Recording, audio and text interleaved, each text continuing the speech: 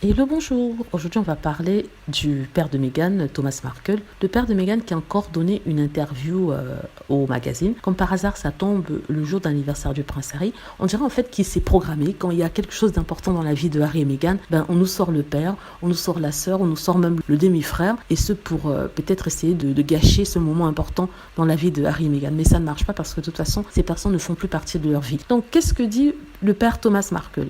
Si vous vous souvenez, il y a quelques temps, le père Markle disait en fait qu'il souhaitait voir absolument Archie et que c'était son droit de voir son petit enfant, même si ce dernier, Thomas Markle, n'a pas souhaité voir ses autres petits-enfants qui ont déjà eu la trentaine. Il les a jamais vus, mais il insiste pour voir Archie et Lilibet. Ça se demandait pourquoi. On se demande si bien sûr le fait que ce soit des petits princes et à voir avec ça, mais bon, on va lui donner le bénéfice du doute. Donc, si vous vous souvenez, il avait dit en fait qu'il souhaitait les voir, il serait prêt à tout pour pouvoir faire que son droit de grand-père, je ne sais pas vraiment si ça existe, soit respecté.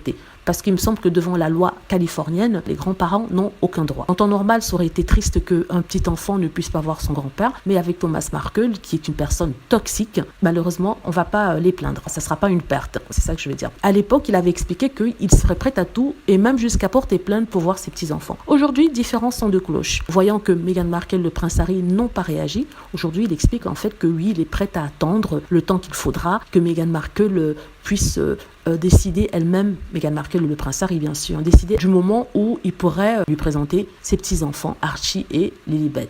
Donc, on a un différent son de cloche. En même temps, je me dis en fait qu'il n'aurait pas pu dire quelque chose d'autre, parce qu'il ne peut pas passer son temps menacé de faire quelque chose et ne rien faire. Aux États-Unis, comme je l'ai dit, en Californie en particulier, les droits des grands-parents ne sont pas reconnus. Il y avait d'ailleurs un célèbre procès par rapport à cela où les grands-parents avaient été déboutés alors qu'ils demandaient à avoir un droit de visite sur l'enfant contre les parents. Donc, il a compris qu'il n'irait nulle part avec sa menace et le prince Harry et Meghan Markle n'ont même pas donné suite, n'ont même pas donné d'importance à cela. Du coup, il essaie de rentrer dans les bonnes grâces. En même temps, il essaie d'être dans les journaux autant que possible pour rappeler au monde que oui, Meghan Markle a abandonné. Mais en fait, le monde se retourne contre lui puisque quand on lit les commentaires, on se rend compte en fait que les gens ne sont pas dupes. Ils voient le jeu de Thomas Markle. Thomas Markle, soit est sous la coupe des tabloïds qui l'utilisent pour vraiment embêter Harry et Meghan, pourtant ça ne marche pas. Ou alors, il sort quand il faut pour pouvoir être payé pour chaque interview qu'il donne et pouvoir peut-être payer son train de vie. Lequel des deux est vrai, je ne sais pas. Il y a peut-être un petit peu de vrai dans les deux versions. Donc voilà, dites-moi ce que vous en pensez. J'espère que vous avez aimé la vidéo.